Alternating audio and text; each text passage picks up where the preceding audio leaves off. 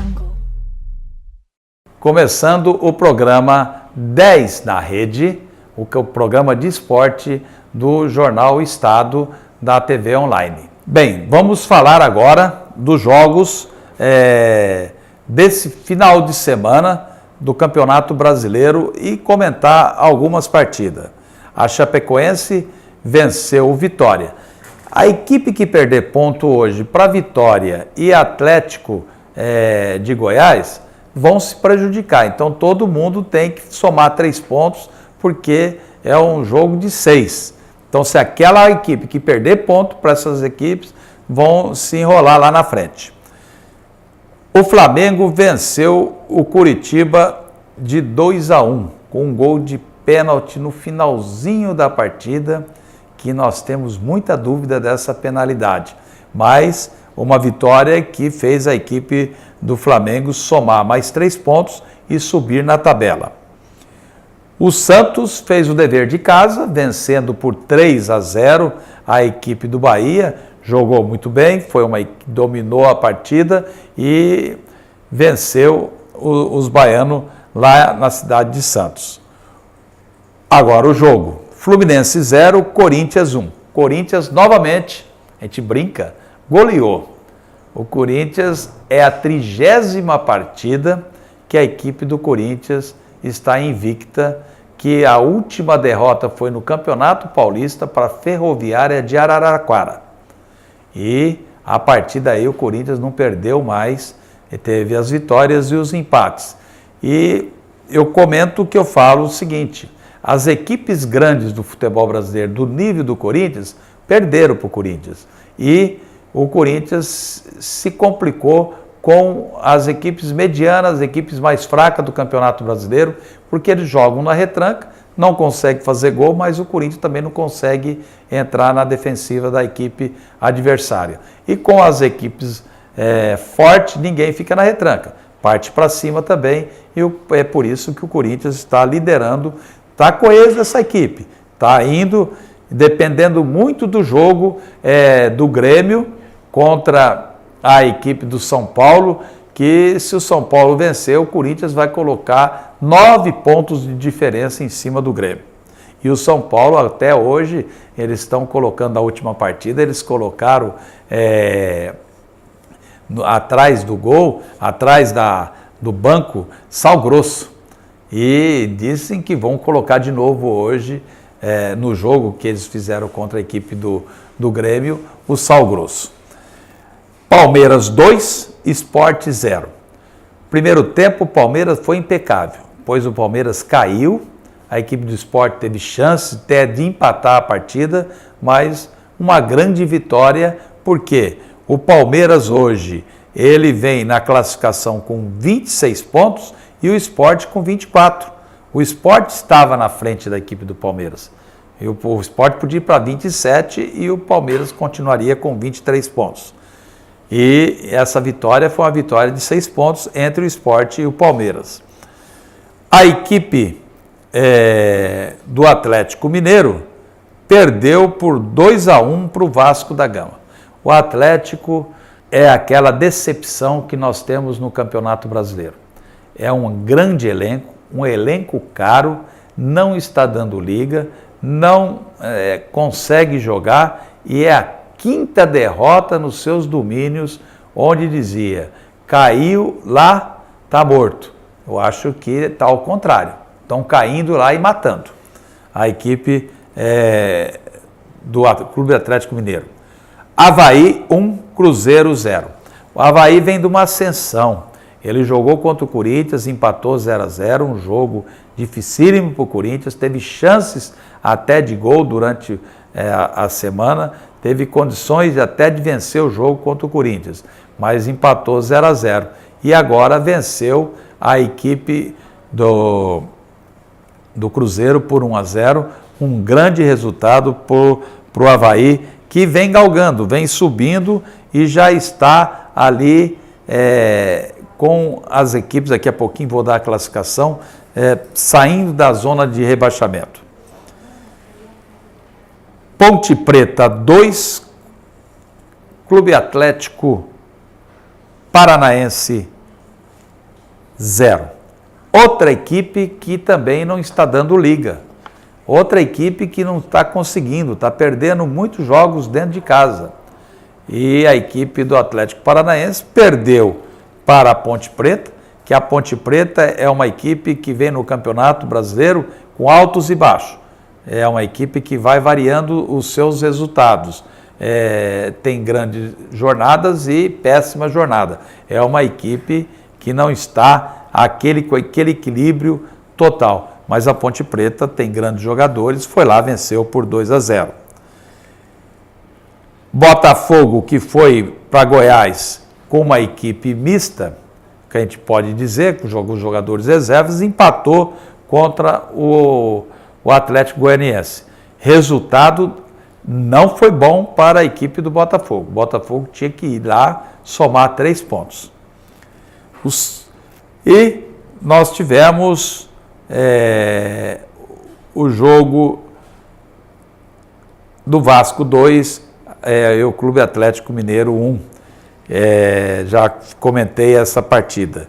E tivemos ontem um jogo da equipe do São Paulo contra o Grêmio, que a classificação ficou a seguinte: Corinthians 40 pontos, Grêmio 31, podendo ir a 34 ou 32, e a diferença, se perder a partida, ele vai ficar com 9 pontos de diferença do Corinthians, que é uma grande vantagem nessa altura do campeonato. Santos em seguida com 30, encostando, é uma equipe que vem subindo no campeonato, vem vencendo. Flamengo com 28 também. Flamengo é outra equipe, Flamengo 28, Palmeiras 26, na minha opinião são as duas equipes que hoje poderiam estar ali junto com o Corinthians, porque são um elenco, o que o Flamengo tem de elenco e o Palmeiras tem de elenco, você não pode dizer que entrou com uma equipe reserva. Você tem que entrar que entrou com a equipe, porque tem 24 jogadores na mesma condição dessas equipes e não poderia estar aonde estão. Sport 24, Vanderlei Luxemburgo vem fazendo um grande trabalho. Botafogo vacilou ontem, ficou com 24 pontos. Vasco da Gama 23, tipo a Ponte Preta, que vem variando derrotas e vitórias nesse campeonato, uma equipe que eu já comentei da Ponte, e a mesma coisa para a equipe do Vasco da Gama. Cruzeiro 22, outra equipe também que não vem bem no campeonato. Não vem e por causa do elenco. Tem um grande elenco, mas não está dando liga entre os seus jogadores. Aí nós vem atrás a Chapecoense com 21, Fluminense com 21. A equipe, o Fluminense é uma equipe de meninada, uma equipe nova, provou ontem contra o Corinthians, não aguentou, poderia ter perdido demais, só teve uma oportunidade de um gol, uma bola na trave, o restante foi um domínio total da equipe do Corinthians. Atlético Mineiro decepcionante com 20 pontos, Bahia 19, Atlético Mineiro mais decepcionante ainda, está com 20 pontos, Bahia 19, Coritiba 19, do Bahia para baixo, Coritiba 19, Atlético Paranaense 17, estão, se bobear, mais uma partida, a equipe do Avaí vencendo, a equipe do Avaí sai do rebaixamento, que está em 17º na colocação do campeonato. O São Paulo, que vem ali com 15 pontos, se vencer a equipe se o São Paulo vencer a equipe do Grêmio, o São Paulo sai do rebaixamento. Então, um grande jogo nós tivemos ontem no Morumbi entre a equipe do Grêmio e do São Paulo. Vitória lá embaixo com 12 pontos, na minha opinião, já o novo candidato a cair, e o Atlético de Goiás, que já caiu também. Então, esses foram os resultados do Campeonato Brasileiro, da Série A, e aqui dá um parabéns para o Sub-19 do Corumbaense. Este ano o Corumbaense fez barba e cabelo. O Corumbaense foi campeão, venceu o Operário de 3-0 e sagrou-se campeão do Sub-19. E com a vitória do Comercial em cima do União ABC, a equipe de 1-0, o Comercial conseguiu ficar em segundo lugar e ter a vaga para a Copa São Paulo de Juniores, que será no mês de janeiro. Então, Corumbaense e Comercial vão representar o Mato Grosso do Sul nos jogos mais importantes de Sub-19, que é a Copa São Paulo de Juniores. Bem, amigos, daqui a pouquinho nós teremos o nosso convidado para a entrevista, o presidente da Federação de Basquetebol, o professor Eduardo Braga, o popular Batatinha, que o pessoal é o nome dele, mas todos conhecemos ele como Batatinha, o presidente da Federação de Basquetebol. Nós estamos aqui com o presidente da Federação de Basquetebol do Mato Grosso do Sul, professor Eduardo, que vai falar um pouquinho da federação, o que está acontecendo no Mato Grosso do Sul e no Brasil. Bom dia, boa tarde, né, Paulinho? Bom, a Federação de Basquetebol continua, do estado de Mato Grosso do Sul, a gente continua pleno vapor, né? Fizemos esse ano já o campeonato Sub-13, que foi em Rio Brilhante, no mês de março, no começo de março, meio de março, até o meio de março. Depois fizemos o Sub-15, que foi no município de Água Clara, que foi final de maio, começo de junho. E recentemente agora fizemos o Sub-17, que foi em Maracaju,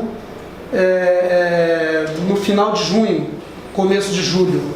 E temos programado o Sub-19 para outubro. Só que eu não posso garantir ainda que vamos fazer, porque nós temos que fazer conforme a Confederação Brasileira de Basquetebol nos solicita, né? Então, já está certo os campeonatos brasileiros, Sub-13, Sub-15 e Sub-17, que serão 13 e 15 em Poços de Caldas e o Sub-17 em Curitiba. Então, com esses dois, com a CBB nos colocando o sinal verde para esses 3 campeonatos, nós fizemos os estaduais. Assim que ela colocar o sinal verde para o Sub-19, nós vamos também fazer o Sub-19.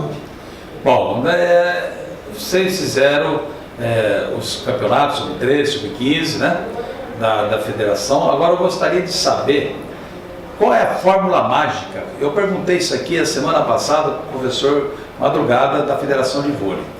E qual é a fórmula mágica que a Federação de Basquetebol, em questões de dinheiro, está fazendo esses jogos no interior do estado para ter a seleção estadual que representará o estado no brasileiro?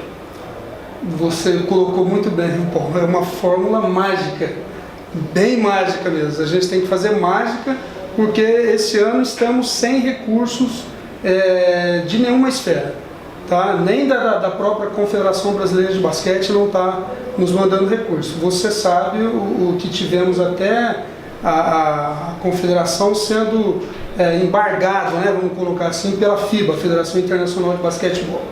Então, recurso deles não vem, recurso do governo federal não vem, recurso do governo estadual muito pouco, recurso do governo municipal, então, também não temos.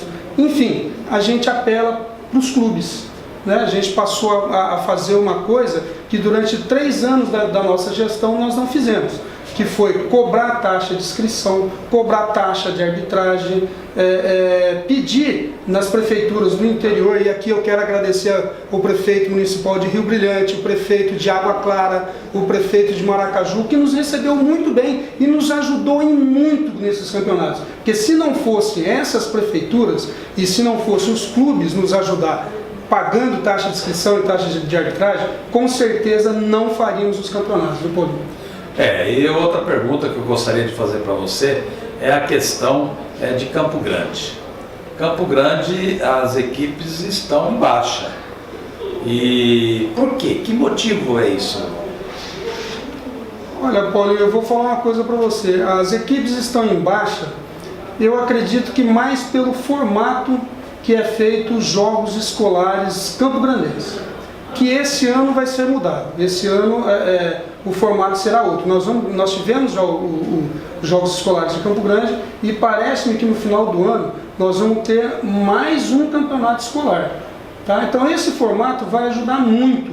Tá? E antigamente era feito também seleções, eram os CENES, né? Campeonato Escolar de Mato Grosso do Sul, era de seleção. A partir desse ano, há um bom tempo atrás, passou a ser escolar, de escola. O interior ele tem muita facilidade de juntar todos os alunos e levar para uma escola só. Por quê? Porque são municípios pequenos.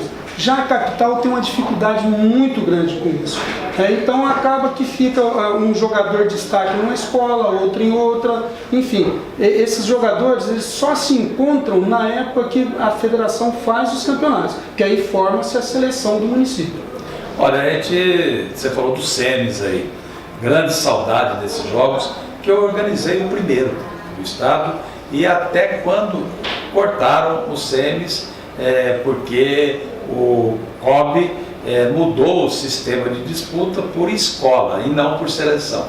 E na época nós tínhamos um grupo que era o estado de São Paulo, do Paraná, Santa Catarina, Rio de Janeiro, Rio Grande do Sul e Minas Gerais. E o Mato Grosso do Sul pertencia a esse grupo que fazia os Jogos Abertos Brasileiros. E nós sentamos, reunimos e decidimos dar continuidade ao campeonato de seleções, não no adulto, no escolar, e seriam as seleções. Mas o Mato Grosso do Sul ficou de fora, porque o governo não aceitou, porque ia gastar muito, e já estava fazendo o de escola. Então, infelizmente, isso daí dava um reforço para as federações. O caso do MS Olímpico, que na época eu era diretor da Fundesport, eu posso falar isso de carteira assinada aí, que as equipes hoje que tem na UCDB, aquelas meninas, saíram tudo do MS Olímpico. Então era muito importante isso daí. E infelizmente tudo cortado, né? Infelizmente tudo cortado. Mas a gente, por um lado, Paulinho, a gente até entende essa questão que estamos vivendo. Né? É uma questão difícil no nosso país. Não temos dinheiro para nada. Mas o que eu acho mais engraçado, não temos dinheiro para nada, mas também não valorizamos aquilo que é importante. Não é porque eu sou profissional de educação física e você também não. Mas o esporte é uma ferramenta muito grande de inclusão social. E, infelizmente, os nossos governantes não olham isso com bons olhos. Você entendeu? Porque um garoto praticando atividade física, você está tirando esse garoto da droga, você está tirando esse garoto da bebida, enfim, está tirando esse garoto da marginalidade.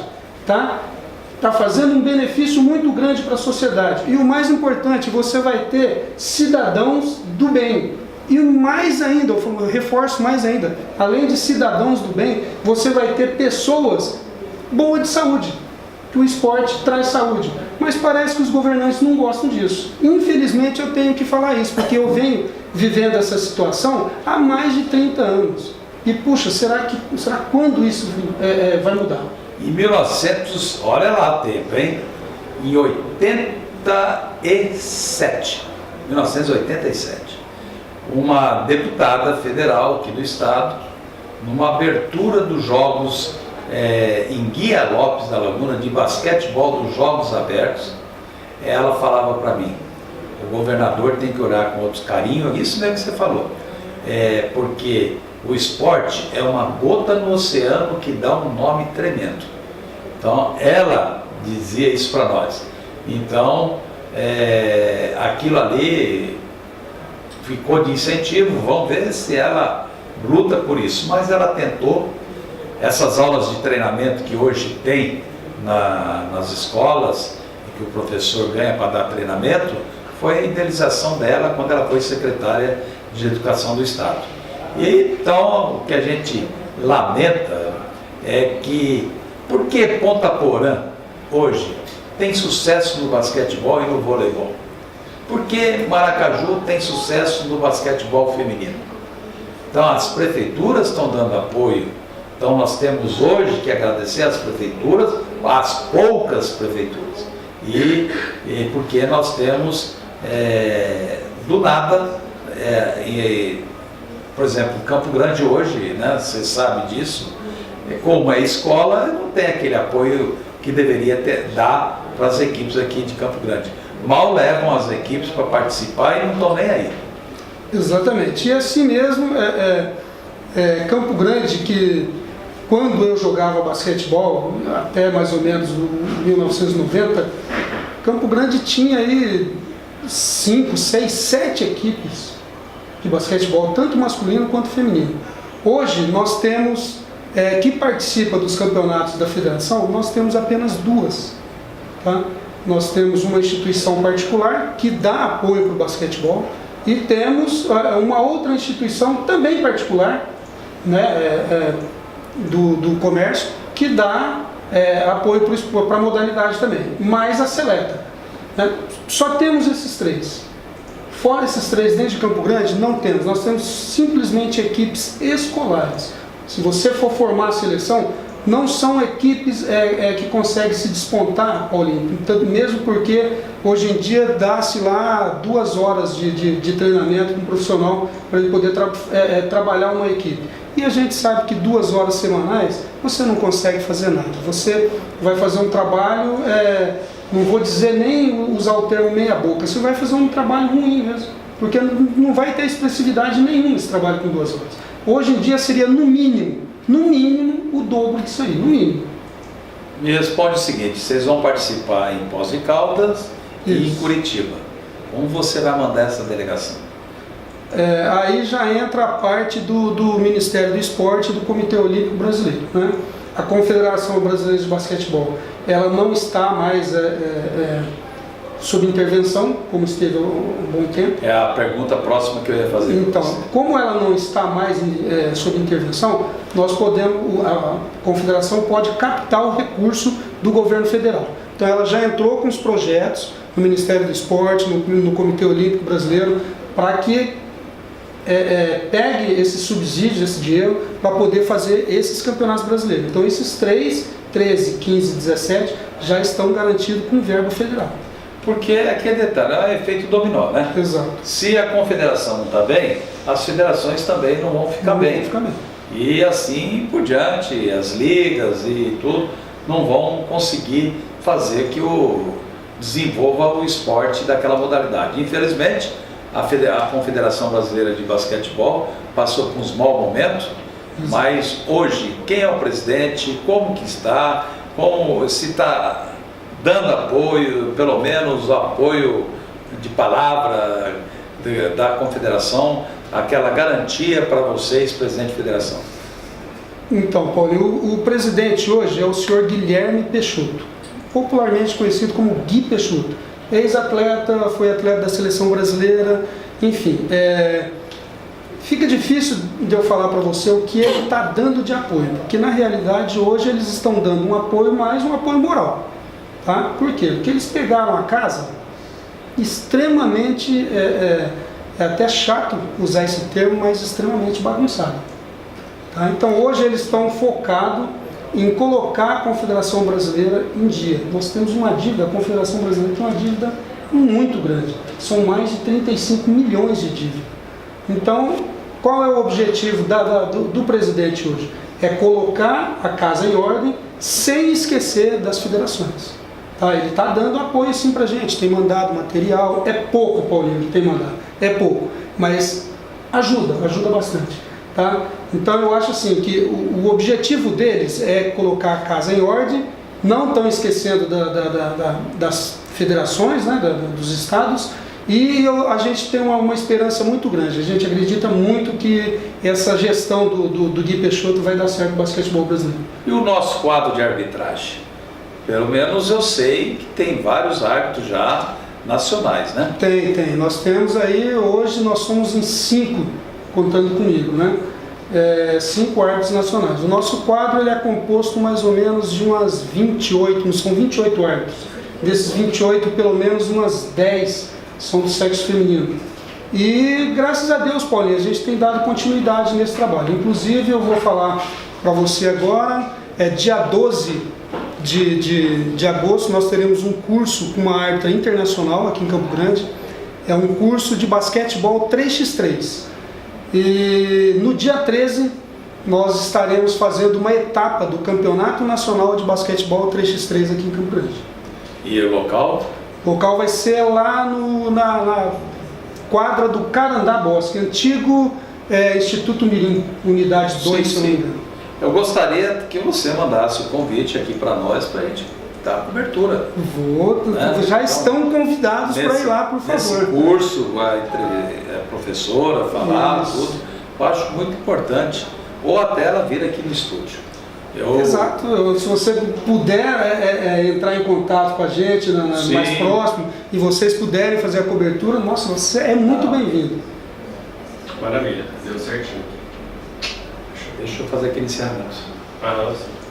Bem, amigos internautas, não deixem de acessar o site do Jornal O Estado, www.oe10.com.br. Lembrando também que toda segunda-feira nós temos o Caderno 10 no jornal impresso, Jornal O Estado. E não custa você ir lá e ler, porque está com boas novidades no esporte.